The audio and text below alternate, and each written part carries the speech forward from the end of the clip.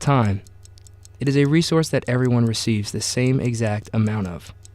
Everyone receives 24 hours a day, 7 days a week, and it's up to you to decide what you do with your time. With this responsibility comes many obstacles and problems. What do I prioritize first? Why don't I have the time to study? Here are a few problems that the students of Suffolk Community College told us they face when attempting to manage their time.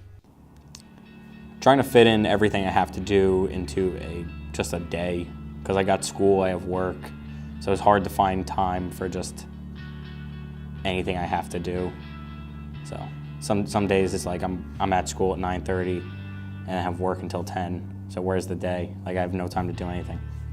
Sometimes I try to plan too many things during a day, and then it gets too cluttered and I don't get things done, and then that's a problem. Just like if I want to do laundry and I don't get to it, or like clean my room up a little bit, go to the bank, little things. Sound relatable? Now, what can you do to fix these problems? Well, here's what some very helpful students and faculty of Suffolk had to say. Having a planner and visually seeing that, knowing ahead of time what is due when, what homework you have to, whose birthday is coming up, whose wedding do you have to go to on the weekend, so you know how to structure your time, seeing everything ahead of time. Again, avoiding surprises is what I try to tell students, especially when you're in college. You don't want to remember on Thursday, March 9th, that Friday, March 10th, you have a 15-page paper due. Obviously, it's going to cause you a lot of stress, and that's a big surprise to you. So definitely think about having a planner, utilizing your phone, and there's a lot of great apps. Actually, something that I use, it's called Remember the Milk, and it's actually a really cool app that tells you every single day, no matter where you are, what's due when and what you have to get done.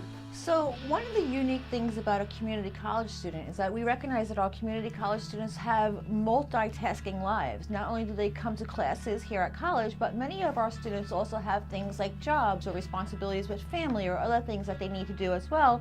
And in addition to that, you do want to have some kind of a social life, right? Because we all do. So this is usually hard for students to navigate, especially as they start college. One of the things I think that helps is to try to prioritize what's important and what needs to get done.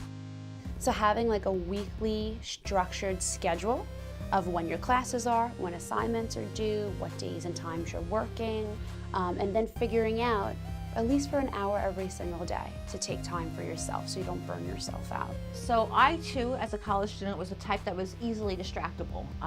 Oftentimes, especially once I left campus, even though I might be best intending to do whatever assignment there was, more than likely once I got home, I was going to get caught up in whatever was going on in my house. Phones, TV, friends, everything else.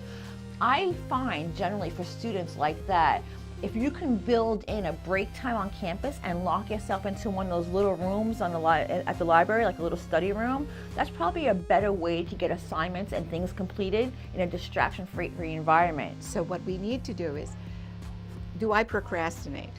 Am I a procrastinator? Yes, I am. No, I'm not. So you got to be honest with yourself. Why do I procrastinate? Usually it's because they don't know where to start.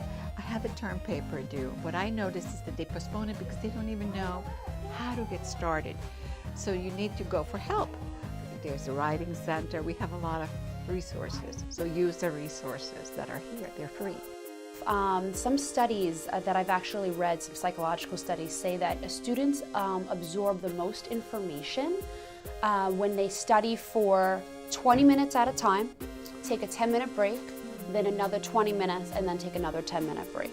Okay, so that's your full hour right there of studying. So if you set a timer on your phone for 20 minutes, you know until that goes off, you should not be looking at it, don't go on social media, don't get distracted, because then you'll have that 10-minute break for your brain to recoup and for you to then get yourself refocused. The biggest key to managing your time seems to be keeping track of it and organizing it to the best of your ability. All students have the option to get a physical planner from the Guidance Center, download an application on their phone such as these, or just have some sort of simple to-do list. But it is up to you to figure out what method works best for you.